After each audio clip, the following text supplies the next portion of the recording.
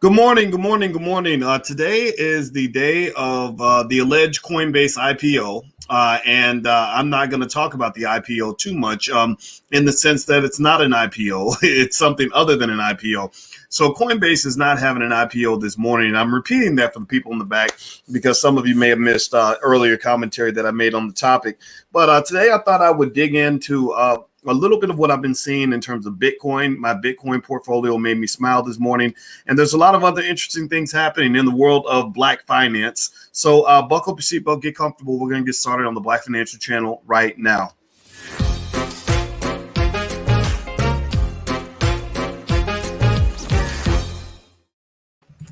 Hey, good morning, everybody. Welcome to the Black Financial Channel. That's theblackfinancialchannel.com. My name is Dr. Boyce Watkins. I'm your friendly neighborhood finance professor. Last night, we had a lot of fun. We played on Twitch, and we were talking about stocks last night with the brothers and playing Call of Duty. And they were asking me some questions about what's going on with Bitcoin, as well as the Coinbase IPO. I'm using air quotes because it's not really an IPO. It's actually a direct listing. There is no Coinbase IPO. And I think it's very, very important for me to reiterate to you the significance of that differential and to make sure that you don't fall for the okie doke. Everybody's calling it an IPO, but it's not an IPO. All right. So anyway, do me a favor, hit the thumbs up button, hit the share button, hit the subscribe button if you haven't done it yet. Also, make sure you subscribe to the Black Financial Channel. There's my Twitch channel. If you're into stocks and gaming, we do stocks and gaming. We're kind of creating kind of a Black Gamers League sort of thing going on. And also make sure you subscribe to the Black Financial Channel. That is where we do daily financial commentary from a Black perspective. We're all into Black wealth. That's what we believe. Hashtag B1 is our calling card. Now, with that said, how many of you, first of all, let's start with Bitcoin, though, before we jump into Coinbase. How many of you own Bitcoin? How many of you have invested in crypto on some level? If you've invested in Bitcoin or any other crypto, give me a yes in the chat or a no if you haven't done it yet. If you say no, then that will give me an opportunity to take a moment of silence so I can feel sorry for your bank account because you've been malnourishing your bank account because Bitcoin is off the chain right now. Ethereum's kind of doing some amazing stuff. Bitcoin's gone up about 10% in the past week. It's now hit 64,000. Now, do I think it's too late to invest in Bitcoin? No, I don't. Actually, I think Bitcoin's going to go to 100,000 in the next, 8 to 14 months, assuming that the government doesn't get in the way. But y'all know the government like to cock block on that money. They like to stop your paper chase. And so they'll come in and say something terrible and then make the price go down. But it's really all artificial because most of finance in terms of valuation is psychological, right? And you can make something toxic just by accusing it of something, right? Just like when T.I. and Tiny got accused of whatever they got accused of, the minute they got accused, there were people that didn't want to do business with them anymore because they became toxic. Well, Bitcoin is kind of like a black man. They're like the black man of finance, where when they get accused of being a dirty currency or too volatile or too risky or too terrible, or they might get deregulated, well, guess what? People stop messing with Bitcoin. A lot of people walk away. It becomes toxic to some extent, and that causes plummets in the price. But Bitcoin is resilient, also like the black man. Bitcoin tends to just bounce back. And I'm telling you, Bitcoin is at 64,000 right now. It would not surprise me if in a year from now, we're doing a video about Bitcoin crossing 110, 120,000. I'm not saying that's definitely going to happen. There are no guarantees in investing. Do you understand that? There are no guarantees. So I want to make sure that's 100% clear. Those of you who are new to investing, I need you to understand that there's no financial magical crystal ball you can look at. I have a PhD in it. Yeah, I know my way around finance really, really well, but there is no way to predict what an asset is going to do. Do we understand that? Give me a yes in the chat to confirm that, so that we can have something for the Negro naysayers who will say, oh, well, you predicted this and you were wrong. That means you don't know what you're talking about. No, you don't know what you're talking about because predictions are not possible in the world of investing. So anyway, do me a favor, hit the thumbs up button, hit the share button, hit the subscribe button. Let's talk a little bit about this Coinbase IPO. And again, Bitcoin, Ethereum, XRP, my God, XRP has gone up 62% in the last week, 287% in the last month. My indication is that this means that XRP is winning their lawsuit, that the market is smelling. They're smelling the currency. They're smelling the money. They're smelling the opportunity that's going to emerge once XRP is free from prison. Once XRP gets out of jail, it's going to be like when Suge Knight went and bailed out Tupac, and they put out one of the best double albums in the history of all music. Right? That's what's going to happen. He's going to pop out. fresh out of jail. XRP will go to the moon, and it's going to make you a ton of money if you've been an investor and if you've held on to it. I never made a recommendation. I don't give investment advice on this channel, but y'all asked me, what are you going to do with your XRP? I said, I'm going to sit right still, because that whole case, that whole lawsuit is a bunch of BS. This is all personal. Somebody's mad. Somebody woke up on the wrong side of the bed that morning and decided to disrupt somebody's money and make an asset toxic. Again, treating XRP like the black man, right? We're going to accuse you of something. And because we make an accusation, people are going to assume you're guilty. And because of that, a lot of exchanges stopped listing XRP, which disrupted the market. It caused it to not have an efficient capital market anymore. So the liquidity was gone. When you take away the liquidity of an asset, then the asset valuation is typically going to drop. What do I mean by taking away the liquidity? I mean, you're basically taking away the ability of an investor to convert that asset to cash. They did that to XRP. That caused the price to plummet. I said, you know what? I'm not going to sell. I'm going to hold on, because I don't think this suit has merit. So there's a reward for holding on, and you're seeing the reward right now. Now, with that said, here are a few things you want to know about the Coinbase IPO. Do me a favor, hit the thumbs up button, share button, subscribe button. Please do that. Please, please, please, because we're building black media right here. Also, if you want to see the list of the crypto that I own, you can go to drboycrypto.com. Just sign up and get on our email list. We'll send you lots of free stuff. You'll learn a lot about investing, and you'll get a chance to, you can literally look at the crypto that I own and my top holdings and all that stuff. And the portfolio has worked. It has made a killing, made a ton of money. Alicia gave me extra kisses this week, and it's actually paying for the new condo we're going to get. So with that said, here's the deal. Coinbase is a beautiful company, right? In the sense that it's making just money like Pablo Escobar type money. Like Coinbase is making money hand over fist. Their CEO is about 38 years old, and he's worth $6.5 billion. And that's on the low end. That's on the low end. At some point in the next decade, he's going to be, I don't have his name in front of me. I'm sure it's around here somewhere. But at some point, he's going to be similar to the founders of Google, who actually who just joined the $100 billion club. So you're going to start David. No, not David Trainer. That's not his name. I got the wrong name. Sorry, wrong white guy. There's another one in here somewhere. But anyway, so Coinbase is a great company. They know how to make money. They jumped into crypto very early. If any of you had jumped into crypto back in, say, 2013, 2012, you would be a multi-millionaire. As I talk with, when our students meet, we meet every week for the Black Stock Market program. I remind them that the number one rule of investing, a big rule of investing anyway, is having what I call OPP. OPP means opportunity, patience, and perspective. The ability to see things that others can't see, to see them in advance, to be able to prepare for the future, and to be able to hold on and sort of live on faith, right? Investing is almost religious in the sense that if you think about it, when you go to church, they tell you to have faith in Jesus, or faith in the pastor, or faith in the Bible, or faith in the word of God, right? Well, the same thing is true in investing. You have to have faith that what you're invested in is going to work out. It requires a ton of patience. It's not going to happen overnight. So the founder of Coinbase, and I should have his name in front of me because I can't keep calling him the random white guy. He started this company back in 2013, back when crypto was hard to trade. He jumped in early. He didn't jump in on the bandwagon. People who follow bandwagons don't usually get rich. The people that get rich are the ones who build the bandwagons, and other people jump on those bandwagons, right? So basically, Coinbase was started back in 2012, 2013. Actually, 2012. Sorry, Brian Armstrong. That's his name. Sorry. So Brian, I'm not going to call you random white guy anymore, but you're probably not even watching this video because this is for intelligent black people. Not that you're not invited, but this is who comes here anyway. But Brian Armstrong, 38 years old. When he started Coinbase, I doubt that he knew that the company would be worth what it's worth now. Right now, based on what they call the reference price of the Coinbase public listing, it's a direct listing, which is not an IPO. It is not an IPO.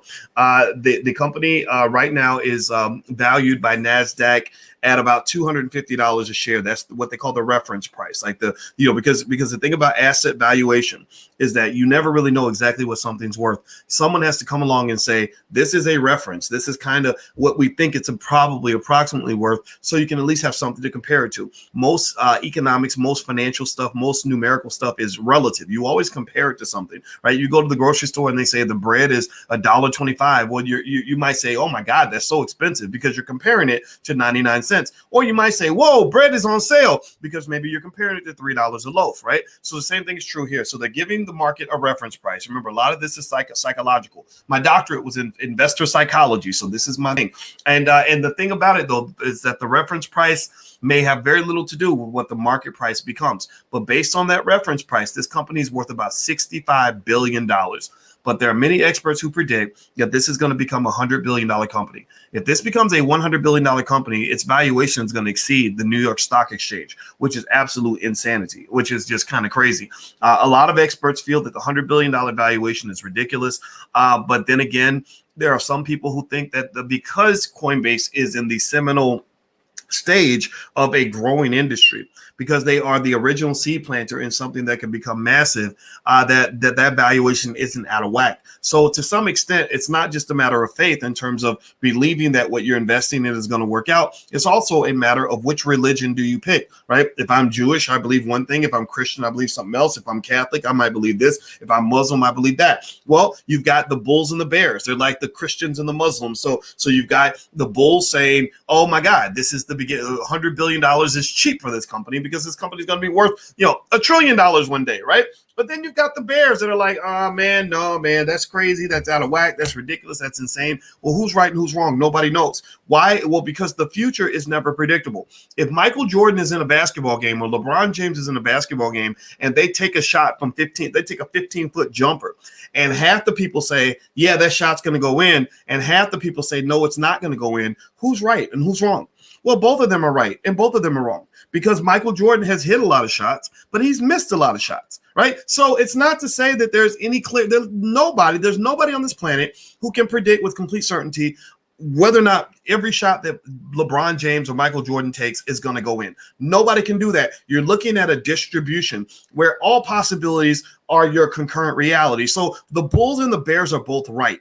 Just like the Democrats and Republicans, if you're really smart in this political thing, you can listen to a Democrat and hear the good ideas and hear the bad ideas. You can also listen to a Republican and hear the good ideas and hear the bad ideas. If you're stupid, you're going to think the Republicans have all the good ideas and every Democratic idea is bad, or the Democrats have all the good ideas and the Republicans are all stupid. Though that's what dumb, simple-minded people do. But you're not in that category. You're an intelligent black person. In fact, that's why you're here. Only about 10% of the black community even wants to listen to me.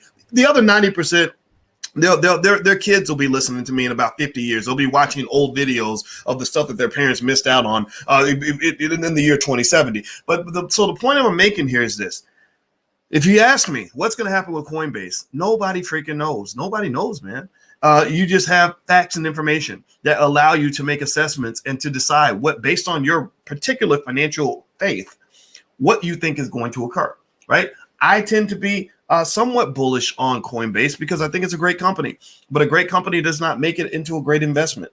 I believe that Coinbase could go really well, but if the government steps in and starts cock blocking on that money like they always do, then Coinbase could go south. Coinbase could sink just like Bitcoin could sink. Is Bitcoin on a bubble? I don't think it is. All the indicators, all the fundamentals say Bitcoin is going to shoot up. Bitcoin is a currency that, unlike your fiat currency, has a limited supply. Only a certain number of Bitcoins are ever going to be made, which means that there is a restriction on the availability of that asset. So it's kind of like real estate in Manhattan. There's only so much square footage available for sale in Manhattan. So the prices of real estate in Manhattan are probably going to keep on going up, right? So here's the deal. A few things about Coinbase. Actually, before I move on, do me a favor, hit the thumbs up button, hit the share button, hit the subscribe button. Please do that. Also, the blackstockmarketprogram.com. We meet every Tuesday at 11 a.m. Eastern. People send me questions. I answer every single question every single student submits. Also, you have access to a lot of really great stuff in curriculum going back years and all kinds of stuff. So feel free to join. You can do the first month free. You can do a 30-day trial, see if you like it. If you love it, which you will, then you're probably going to stay. And that's the class I teach in the Black Business School. All right. So Coinbase right now, a couple key facts about Coinbase. One, their revenue went up by 847% to $1.8 billion this quarter, which is absolutely ridiculous. They have 56 million users. I am one of them.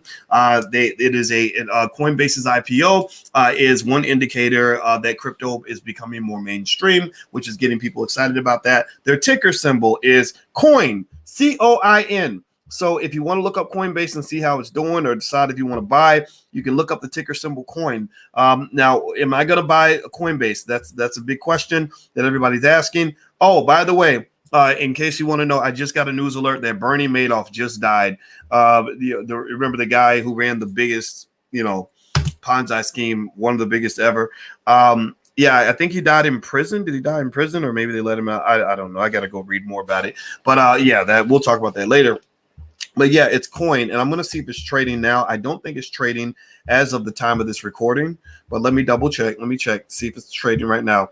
I'm not, the reference price is listed as 250. It's not trading yet. I'm probably not going to buy it unless it's a below 300. If I do buy it at even above 300, it will only be because I want to sell the options. It will not be because I think that the price is going to go up. Because what happens is that in investing, you have the sharks and the fish. And basically what happens is that the people that are the sharks, the people that know what's going on, they can see when the fish are getting really excited. And what happens is that the fish, meaning uninformed investors, they don't understand what the company is actually really worth. They just want to own it. They just want to be on the bandwagon. They want to have a piece of that. And that's a very dangerous place to be, because what's going to happen is that in a direct listing, which is different from an IPO. So when somebody says something about the Coinbase IPO, let them know there is no IPO. It's a direct listing. A direct listing differs from an IPO in at least one key area. There are several key areas. There are several areas, but one key area that you want to pay attention to is that there is no lockup period. There is no forcing the original investors to ride in the same boat with you. They can jump out the boat. They can sell you the boat and then jump off and go get on a life raft. They can sell you the boat as it's sinking, right? A lockup period is designed to force the original owners to stay invested in the company, so that if the company sinks, they're going to sink with you. And that's important because that incentivizes them to fulfill their fiduciary responsibility to make sure that you're going to be economically safe. But if they can jump ship, like if they can just say, oh man, people are crazy, they're bidding the hell out of this stock, the price has gone through the roof, I'm dumping all my shares. Well, that's what you're supposed to do. That's one of the most important rules of making money. I did an event with David Banner one time out in St. Louis, and it was a real cool event. They had like a club. They took a nightclub and they made it into, they had financial literacy night. I think Dr. Claude Anderson was there too. And in this club, so David and I are sitting there, and everybody was all dressed up just like at the club. They had the DJ and the bar and the maitre d' and the bouncers and all that stuff, right? I don't go to a club. I'm not a club guy, but I was that day because they invited me and they paid me to speak, so I was happy to speak for them. And I whispered over to David. I said, it's really interesting that everybody makes this money-making thing really complicated. And I said, about 80% of making money comes down to buy low, sell high. Just sell something for more than what you bought it for and keep doing that, rinse and repeat over and over again, and you win. Just buy low, sell high. And we kind of laughed about it. And that's kind of true, right? So if you're an investor in Coinbase, if you're one of the original investors who got in early, who dropped your money down in the beginning, God bless Nas. I think his Queensbridge Partners company was investing here. A lot of rappers are starting to figure out that rapping is one of the worst ways of making money. And what you're going to figure out is that working is one of the worst ways of making money, that working in labor and all that stuff you've been taught since slavery, that makes you a servant to capitalism as opposed to a beneficiary of it. But you'll figure it out. And if you don't figure it out, your kids will. But Nas and all the other people that invested in Coinbase early, they're going to be watching to see what the market does. And what they're doing, what I'd be doing if I was an insider, one of the early investors in Coinbase who bought their shares for like, $20 or whatever, is I would be sitting there, I'd say, okay, let's see what people do. Right now, the frenzy is insane. Right now, the PR is off the hook. Bitcoin is through the roof. Everybody's excited about crypto.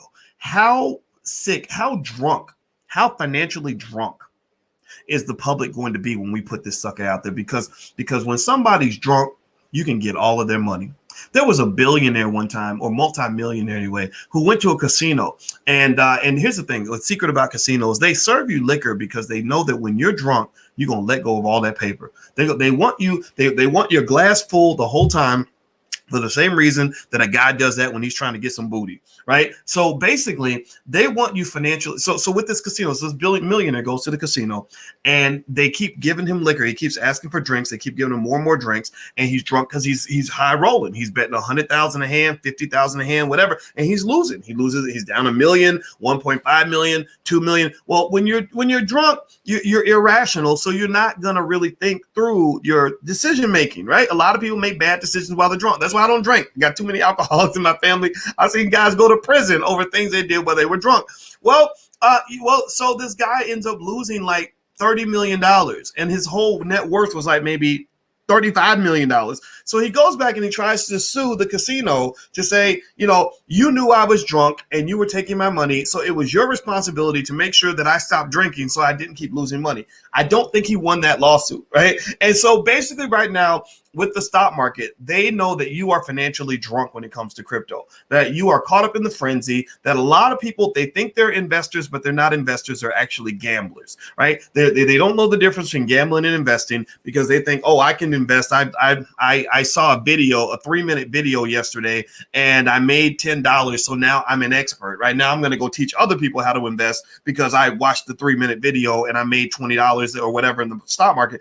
But the reality is that there are sharks that are taking advantage of all the people that are caught up in the investing frenzy.